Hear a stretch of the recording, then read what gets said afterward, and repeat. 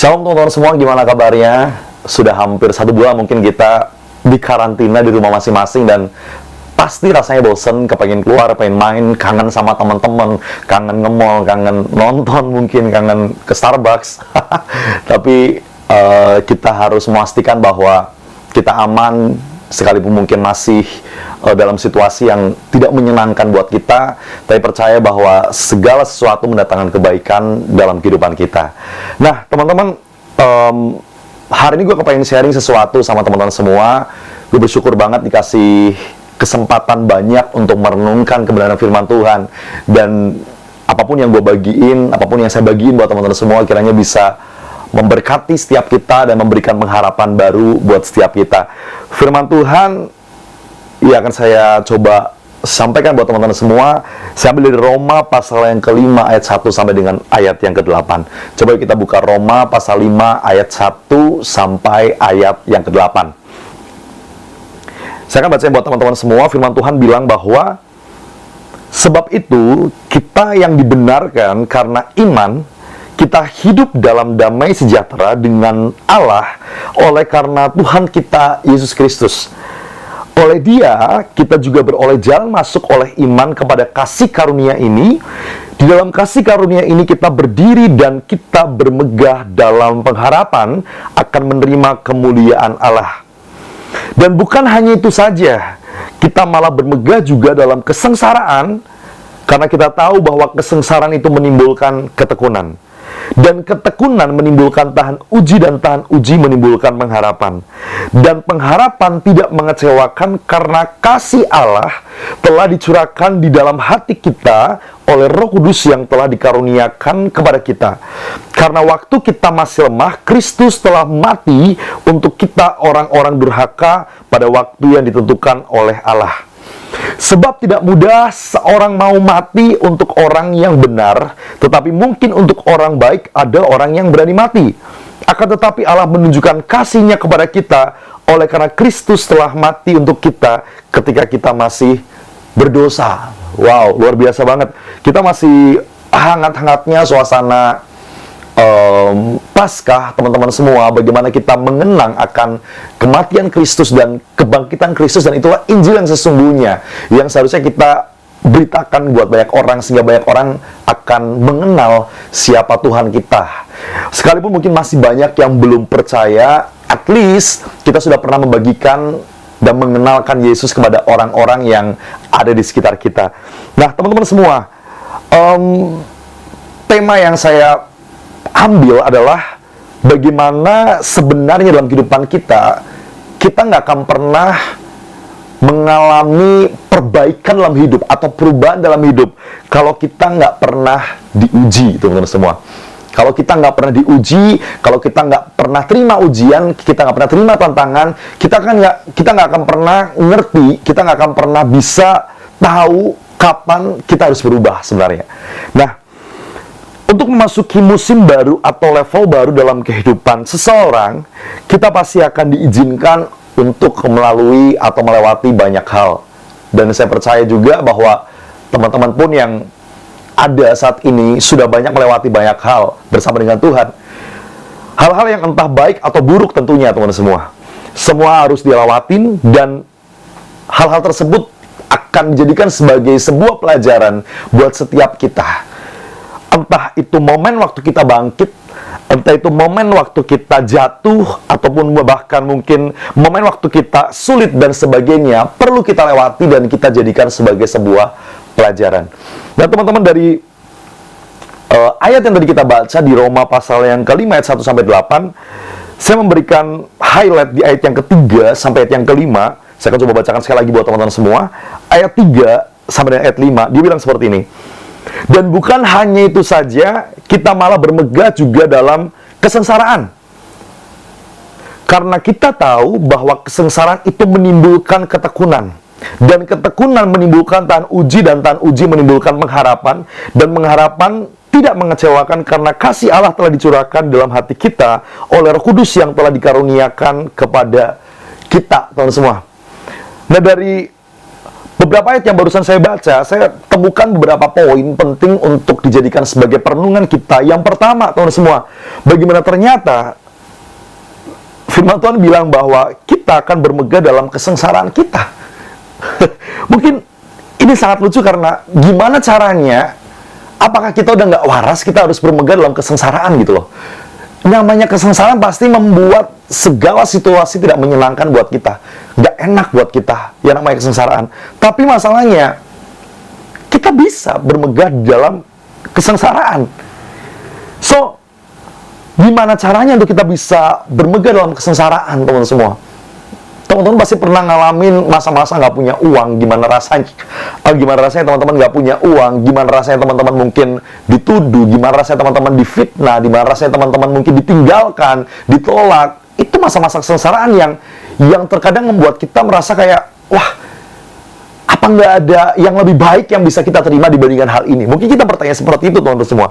Tapi apakah mungkin kita mampu untuk bermegah dalam kesengsaraan? Jawabannya adalah sangat mampu. Kenapa? Coba kita lihat di ayat yang pertama, teman-teman semua. Kenapa kita mampu kalau kita bisa bermegah dalam kesengsaraan? Ayat yang pertama. Sebab itu kita yang dibenarkan karena iman, kita hidup dalam damai sejahtera dengan Allah oleh karena Tuhan kita Yesus Kristus. Untuk kita mampu bermegah dalam kesengsaraan, kita perlu tahu bahwa ternyata kita dibenarkan. Kita dibenarkan, teman-teman. Gak ada satupun orang yang bisa membenarkan dirinya sendiri. Di hadapan Tuhan, gak ada satu orang pun yang bisa membenarkan dirinya sendiri. Yang ada Tuhan yang membenarkan kita sehingga kita jadi orang-orang benar.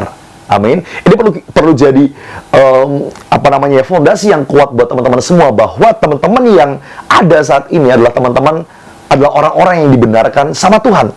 Sebab semua orang telah berbuat dosa, makanya Yesus mau mati di kayu salib dan dia mau bangkit membuktikan bahwa dia hidup. Cuma satu, untuk menguduskan kita, membenarkan kita yang tadinya kita nggak layak untuk menerima kekekalan bersama dengan Tuhan, tapi karena kekudusan yang Tuhan kasih buat kita, karena pembenaran yang Tuhan kasih buat kita, itu yang memampukan kita, itu yang membuat kita akhirnya jadi orang-orang benar di depan Tuhan, teman-teman semua. Dan kita hidup dalam damai kalau misalnya kita merasa bahwa, dan kita percaya bahwa kita adalah orang-orang yang dibenarkan. Kenapa demikian, teman-teman semua? Sebab ketika orang yakin, ketika orang percaya bahwa dia adalah orang-orang yang dibenarkan, maka gak ada lagi tuduhan yang membuat pikiran kita rusak. Gak ada lagi tuduhan yang membuat kita terintimidasi, yang akhirnya membuat kita merasa gak layak di hadapan Tuhan. Sekalipun teman-teman dalam kondisi yang gak enak, lagi dalam kondisi sengsara, tapi karena teman-teman tahu teman-teman dibenarkan, ada damai sejahtera. Damai sejahtera itulah yang membuat teman-teman bisa bermegah dalam kesengsaraan. Bermegah itu bukan pamer, bukan kita lagi memegahkan kesengsaraan kita, bukan. Tapi kita punya rasa aman dalam Tuhan, sekalipun dalam masa-masa sulit. Itulah bermegah dalam kesengsaraan. Dan hal itu dipicu oleh karena kita percaya bahwa kita adalah orang yang dibenarkan. Kalau kita percaya kita dibenarkan, kita punya damai sejahtera. Sebab nggak ada lagi pikiran yang meracuni kehidupan kita lagi, teman-teman semua. Yang ada adalah sukacita. Kita yakin, yes Tuhan, gue tahu nih gue banyak salah, gue banyak dosa, tapi gue yakin kalau gue mau bangkit, kalau gue mau percaya bahwa gue dibenarkan, maka setiap dosa-dosa diampuni sama Tuhan. Dan itu yang terjadi dalam kehidupan kita, teman-teman semua. Bahkan lebih lagi, apa yang membuat kita mampu bermegah dalam kesengsaraan? Yaitu iman kita. Coba kita buka di ayat yang kedua, teman-teman semua. Dibilang bahwa oleh dia kita juga beroleh jalan masuk oleh iman kepada kasih karunia. Dalam kasih karunia ini kita berdiri dan kita bermegah dalam pengharapan akan menerima kemuliaan Allah. Iman. Kenapa? Karena iman membawa kita masuk ke dalam kasih karunia, teman-teman semua. Sebab untuk memahami kasih karunia diperlukan keyakinan penuh kepada Tuhan, Sang Sumber kasih karunia. Dibutuhkan iman untuk kita bisa meraih pemahaman yang penuh atas kasih karunia itu. Kalau teman-teman sadar bahwa dalam hidup teman-teman ada kasih karunia yang melingkupi teman-teman semua, percaya dalam kasih karunia ada providensia Dei, ada pemeliharaan Tuhan yang akan senantiasa membuat kita terpelihara setiap hari sekalipun kita ngelewatin masa-masa yang sukar dalam kehidupan kita. So, kita bisa bermegah di dalamnya. Karena apa? Karena kita tahu bahwa kita punya iman untuk sampai kepada pemahaman penuh akan kasih karunia. Dan dalam kasih karunia ada pemeliharaan Tuhan yang penuh. Oleh karena itu teman-teman semua, teman-teman lagi ngalamin apa hari ini? Kebosanan yang sangat merajalela mungkin. Atau mungkin uang bulanan sudah mulai habis, teman-teman WFH, atau mungkin ada yang kepotong gajinya, atau mungkin teman-teman bahkan lagi ngalamin PHK dari tempat kerja teman-teman. Kalau teman-teman lagi kuliah sambil kerja mungkin, atau memang full timer di pekerjaan dan seterusnya, teman-teman lagi kena situasi yang mengharuskan teman-teman nggak bekerja lagi misalnya, akhirnya tabungan mulai kosong dan seterusnya. Teman-teman semua, dalam kesengsaraan kita bisa bermegah bukan karena kekuatan kita, bukan karena siapa diri kita, tapi karena siapa Tuhan yang ada dalam kehidupan kita. Amin. Yang kedua, pertama tadi kita bermegah dalam kesengsaraan. Yang kedua ada poin yang saya dapatkan teman-teman semua, bagaimana ternyata kesengsaraan menghasilkan ketekunan. Kesengsaraan kita akan menghasilkan sebuah ketekunan. Kenapa? Karena ternyata di dalam kesengsaraan atau dalam penderitaan, orang akan menemukan siapa dirinya. Di dalam kesengsaraan yang ada, orang akan menemukan siapa dirinya. Dia akan terus mencari tahu atau mencari jalan untuk bagaimana caranya dia bisa keluar dari jerat kesengsaraan itu. So, usaha itulah yang disebut dengan ketekunan. Saya yakin gini loh, gak ada orang yang kepengin lama-lama dalam kesengsaraan gitu. Sekalipun kita bisa bermegah dalam kesengsaraan, tapi pasti nggak ada orang yang mau lama-lama hidup dalam kesengsaraan. Dia pasti kepengen hidup lebih daripada hidupnya saat ini, teman-teman semua. Dan oleh karena itu, oleh karena kita rindu akan hal tersebut, kita rindu keluar, kita rindu bebas dari kesengsaraan, kita pasti akan cari jalan keluar. Kita akan memaksa diri kita, menekan diri kita untuk kita bisa keluar dari keterpurukan. Dan tahu nggak teman-teman semua, usaha untuk keluar dari keterpurukan itulah yang dinamakan ketekunan. Sebab cuma orang-orang yang tekun, dia yang akan dapat jalan yang terbaik, teman-teman semua. Orang tekun, dia gagal, dia bangkit lagi. Dia gagal temukan solusi di sini, dia bangkit lagi, dia cari lagi, sampai akhirnya dia temukan yang terbaik. Dan ketika dia temukan terbaik, dia bebas dari kesengsaraannya. Dia bangkit lagi. Bahkan dia bisa ceritain sama banyak orang bahwa, puji Tuhan, Tuhan baik dalam kehidupan saya. Saya diizinkan lewati hal yang sulit, tapi Tuhan kasih jalan keluar. Ada kesaksian kalau kita tekun, teman-teman semua. Dan ketekunan itu dihasilkan dari sebuah kesengsaraan terkadang. Untuk memunculkan siapa diri kita, kadang kita perlu ditekan, kita perlu dihimpit dulu supaya kita bisa mengeluarkan potensi terbaik dalam kehidupan kita. So, kalau teman-teman lagi ngalamin kesengsaraan, lagi ngalamin masa sulit, jangan takut. Sekali mungkin pada saat kita menghadapinya, kita mungkin gentar, kita mungkin khawatir, tapi percaya ada pemeliharaan Tuhan. Kita bisa bermegah di dalamnya. Dan anggaplah sebagai sebuah keuntungan kalau kita diizinkan Tuhan untuk belajar ngelewatin proses yang banyak, sebab kita akan punya banyak experience bersama dengan Tuhan. Sebab yang ketiga, ketekunan akan menghasilkan tahan uji atau experience kalau dalam bahasa yang lain, teman-teman semua. Kalau kita tekun, kita pasti akan punya pengalaman banyak, teman-teman semua. Kalau kita tekun, kita pasti akan punya banyak hal yang kita lewatin. Dan masa-masa kelam, masa-masa suram bisa kita lewatin. Oleh karena apa? Oleh karena kita tekun, oleh karena kita punya pengalaman banyak. Sehingga ketika orang punya pengalaman, orang tahan uji, orang akan ketika dia akan diizinkan memasuki situasi yang tidak menyenangkan dalam kehidupannya, situasi yang membuat dia terhimpit, dia akan belajar dari pengalaman masa lalunya. Dan itu yang membuat dia akan bangkit lagi, teman-teman semua. Oleh karena itu, ketekunan akan menghasilkan tahan uji. Ketekunan akan menghasilkan sebuah experience.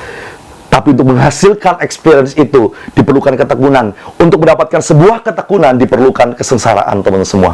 Harus ada tekanan dulu untuk kita bisa muncul sebagai best version dalam kehidupan kita. Yang keempat, ini yang saya ambil teman-teman semua dari highlight di ayat yang ketiga sampai ke-5. Yang keempat, tahan uji atau pengalaman akan menimbulkan pengharapan, teman-teman.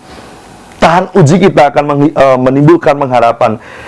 Bukan karena kita anggap enteng terhadap masalah apapun yang kita hadapi, teman-teman semua. Tapi kalau kita sudah tahan uji, kalau kita punya pengalaman, kita pasti punya keyakinan bahwa kita bisa melewatinya.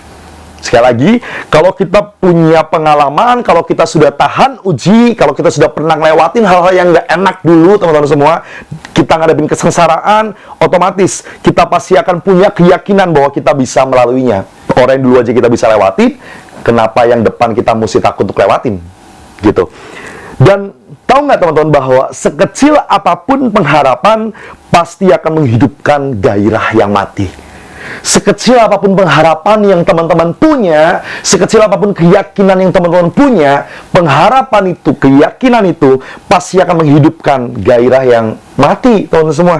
Lebih lagi, pengharapan yang kita punya bukan pengharapan yang sia-sia, tapi firman Tuhan bilang, coba kita ulangin baca di ayat yang kelima, dibilang seperti ini, teman-teman semua. Dan pengharapan tidak mengecewakan karena kasih Allah telah dicurahkan dalam hati kita oleh Roh Kudus yang telah dikaruniakan kepada kita. Pengharapan kita nggak mengecewakan sebab kita berlandaskan atau kita melandasi pengharapan kita kepada kasih Allah.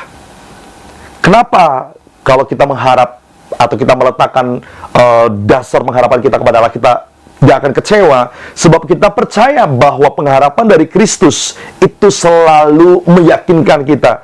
Sebab Kristus sendiri yang membuktikan kebangkitan dalam kematian. Artinya apa? Nggak ada yang mustahil buat Tuhan.